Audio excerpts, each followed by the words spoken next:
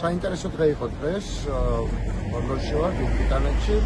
პირველი შეხვედრა იყო კონფერენცია, რომელიც ეძღვნებოდა ეგრეთ წოდებულ რუსულ კანონს, რომელიც საქართველოშიც მიიღება ახლა თავისი დანამატებით და მოხსენებლები ვიყავით მე, ყირგიზი ჟურნალისტი, რუსი ჟურნალისტი და ამერიკელი და ბრიტანელი იურისტები და ადამიანის უფლებათა დამცველები.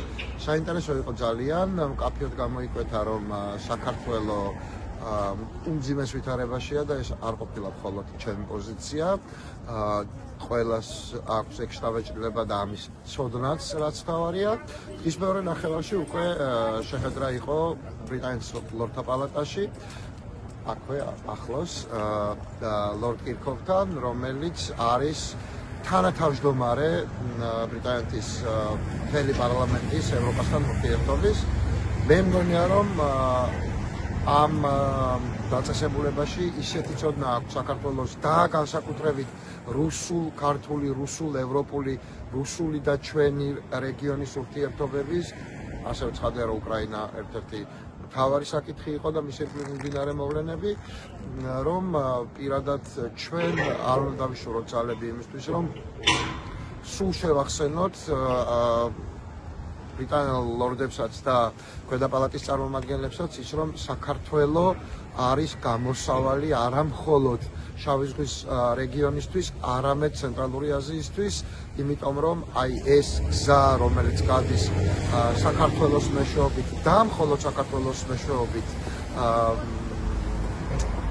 ანაკლიის პორტით, ევროპის მიმართულებით, მათ შორის უკრაინის მიმართულებით და არა მხოლოდ უკვე ევროკავშირში მყოფი ქვეყნების მიმართულებით, რაც არის ძალიან მნიშვნელოვანი და გადაწყვეტი არა მხოლოდ ჩვენთვის, არა მხოლოდ შუა აზიისთვის, არამედ მათთვისაც აქ დიდ ბრიტანეთში, ევროკავშირში და უკვე შორსაც ატლანტიკის მიღმაც. ამიტომ საუბარი იმაზე, რომ ბიძინა ივანიშვილი უნდა დასანქცირდეს და უნდა დასანქცირდეს, ხოჭობს ამაზეც იყო ლაპარაკი ძალიან ბევრი, იმიტომ რომ განსაკუთრებით მტკივნეული ივანიშვილისთვის მოგიხსენებათ ბრიტანეთის სანქციები, იმიტომ რომ ქონების ძალიან დიდი ნაწილი აქ მას აქვს.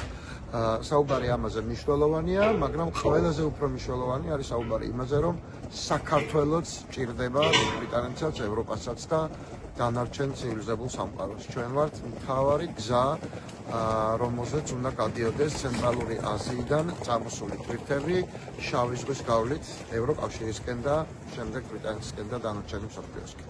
საინტერესო იყო, ხვალ კიდე გაგრძელდება საინტერესო შეხვედრები, მათ შორის ქვედა პალატაში ბრიტანეთის პარლამენტის. ვნახოთ, როგორი იქნება, ხვალ მოგიყვებით უკვე ხვალინდელ ამბებს.